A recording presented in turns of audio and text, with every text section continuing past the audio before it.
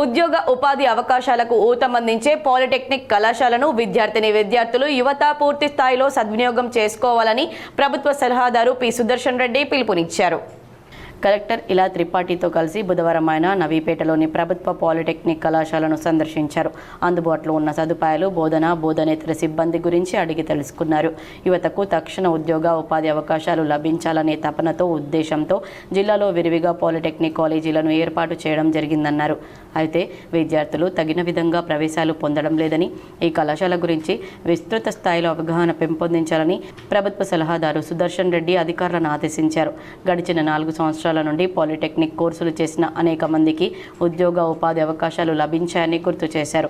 ప్రస్తుతం నవీపేట కళాశాలలో civil, mechanical విభాగాలు కొనసాగుతున్నాయని, వచ్చే విద్యా సంవత్సరం నుండి రోబోటిక్స్, కంప్యూటర్ సైన్స్ కోర్సులు సైతం అందుబాటులోకి రానున్నాయన్నారు. ఈ అవకాశాన్ని విద్యార్థులు, యువత వినియోగించుకోవాలని హితవు పలికారు. ఈ సందర్భంగా స్థానిక విలేకరులతో ప్రభుత్వ సలహాదారు సుదర్శన్ రెడ్డి మాట్లాడుతూ, ప్రస్తుత వేసవిలో జిల్లాలో ఎక్కడా కూడా నీటి ఎద్దడి తలెత్తకుండా ప్రజలకు వారి అవసరాలకు సరిపడా శుద్ధి జలాలు సరఫరా జరిగేలా ముందస్తు చర్యలు చేపట్టాల్సిందిగా అధికారులను సన్నద్ధం చేశామన్నారు.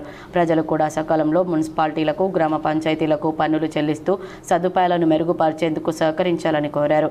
నిజామాబాద్, నిర్మల్ జిల్లాలకు కలిపి ఆయిల్ ఫామ్ ఫ్యాక్టరీని ప్రభుత్వం కేటాయించినందున అనువైన స్థలం కోసం పరిశీలన జరుపుతున్నామని, ఈ ప్రాంత రైతాంగ ప్రయోజనాల కోసం సాధ్యమైనంత త్వరగా ఫ్యాక్టరీని ఏర్పాటయ్యేలా కృషి చేస్తున్నామన్నారు. ప్రభుత్వ సలహాదారు వెంట రాష్ట్ర ఉర్దూ అకాడమీ చైర్మన్ తాహర్ బిన్ హమ్దాన్, రాష్ట్ర వ్యవసాయ శాఖ కమిషన్ సభ్యుడు గడుగు గంగాధర్, రాష్ట్ర సహకార union limited chairman Manala Mohan Reddy, Nizamabad RDO Rajendra Kumar, polytechnic కళాశాల ప్రిన్సిపల్ గంగాధర్, సందీప్ తదితరులున్నారు.